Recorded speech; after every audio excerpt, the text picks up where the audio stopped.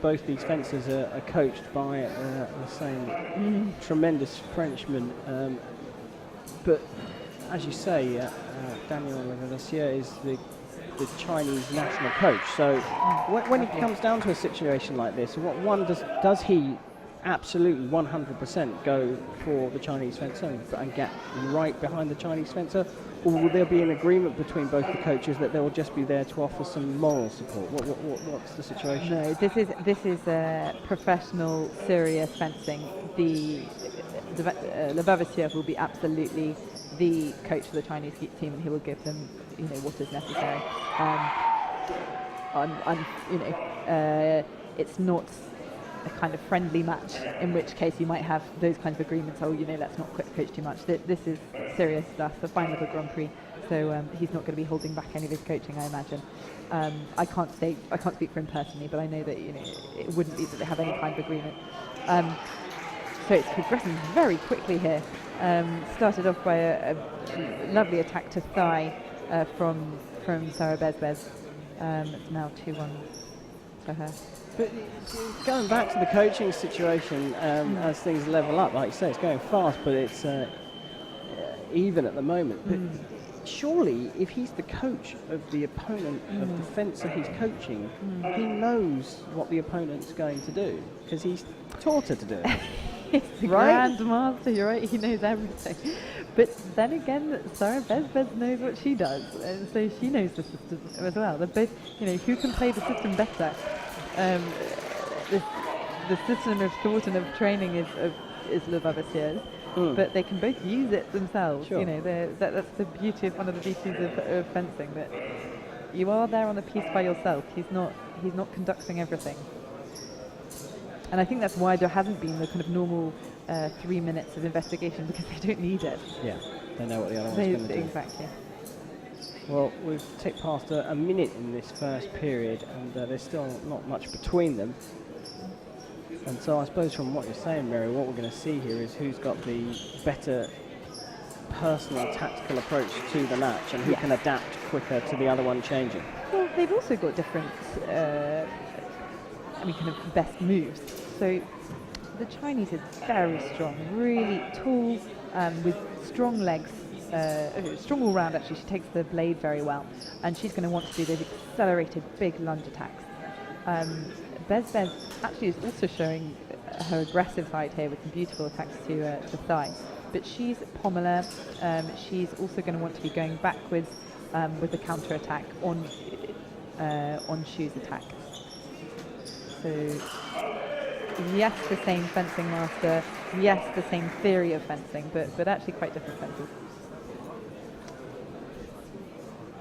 Well, still nothing between them. Yeah. And the double landing.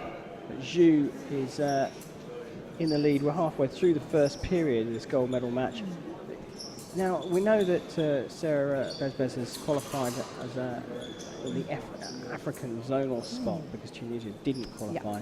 Anki Xu is surely going to be fencing in the Chinese team in Rio. I think very likely. There we go. She a very accelerated attack.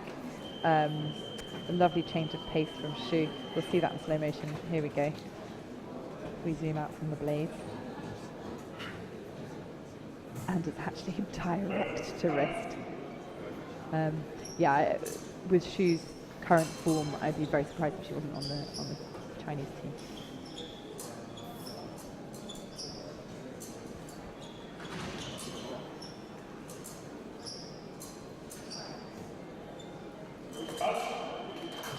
Another double here at Mom Sport. Gold medal up for grabs here, and ranking points all important, perhaps more for Sarah Besbes than for Anki Xu. Well, yes, because they're both going to be wanting to get as high as possible on the world rankings for the Olympics, and they've got 2 more competitions that count. They've got Rio at the end of April, and then they've got Lignano just after that. So they will, even though they know that they're both going to the Olympics, they'll still really be wanting this victory. Well, I think they probably can add their own zonal championships to those points as well, which come between now and the Rio Olympic Games. So as well. Picking up a lot of points at zonal championships could make a big difference. African champs coming up. and Asian champs, absolutely. Sarah Besbes, 5 times African champion, so she's probably counting on those points, or near counting on them. So technically a lot of points to lose then. Also, but I don't think she has. Oh, there we go. We can see Lavassier in the Chinese tracksuit, advising Xu via the translator. I think if you're travelling around the world with a bunch of fencers having to translate with them, I think you do have to have a sort of fun personality, don't you? She seems to be very popular. I mean, she's popular with everyone. She can speak many languages. I've done a training camp with her in Spain, and she was even translating the Spanish and the English. She was very busy on that camp. Very game.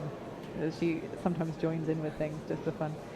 We shot a video at last year's Grand Prix in Rio with Xu CHN up at Christ the Redeemer.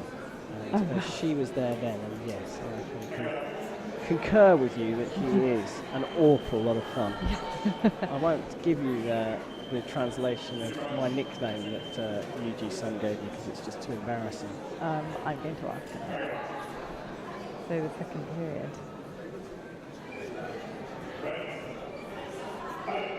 Yeah, so we get underway, second period of the women's épée gold medal match here at the Budapest Grand Prix. It's the final ranking qualifier for the Olympic Games, but that was all done and dusted by the round of 32. So now it's about ranking points and pride.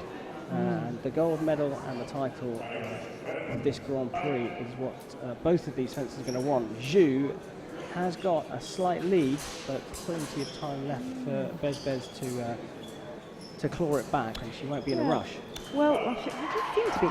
So in what I've learned from fencing in France is that the theory is you attack to defend, and you go forwards to defend, and you go backwards to attack. So a lot of the time it's the opposite to what you would expect.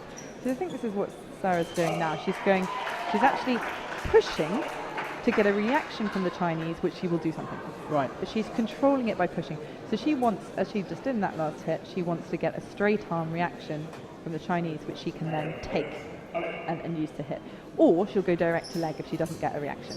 I think that's her plan. So there's two options then. There's the counter time option, the react off what your opponent does, or if you get her further enough down the piece to her end of the piece, just finish your attack. Absolutely. I think that's what she's doing. Just slow down a little bit, seeing as she's only one hit behind now.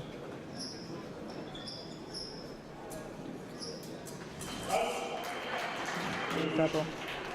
So surely Xu's response to that should be saying, well, okay, I'm in the lead and I'm going backwards now, so and it's not working, so now I should go forwards, and sort of, even though I'm leading, I go into a defensive approach, but with the tactic not change. Or open up the distance is another thing, and I think that last hit she was a little bit further away, and it gave her the time to go into one of her explosive attacks. And there we go again. That was Xu really initiating. You're gonna again, so 2 hits again, but I think Besbes did stop doing what she was doing. Oh, there we go. It looks more like she's putting on that same pressure. So if you're wondering, you didn't hear at the beginning, you're listening to the insight from Mary Cohen, international fencer. And Mary's going to be vying for a spot at the Olympic Games, subject to final confirmation of selection for the European zonal for the British team. Yeah, fingers crossed. It's interesting here. She's pressing. She's trying to get their action from the Chinese. The Chinese is keeping a little bit of distance so that actually she can choose the time when to go straight in with a big lunge. And she's quite confident that most of the time that's going to get her at least a double. Well, that's a nice counter response there from. Really needed that. That made a little difference, I think. There we go.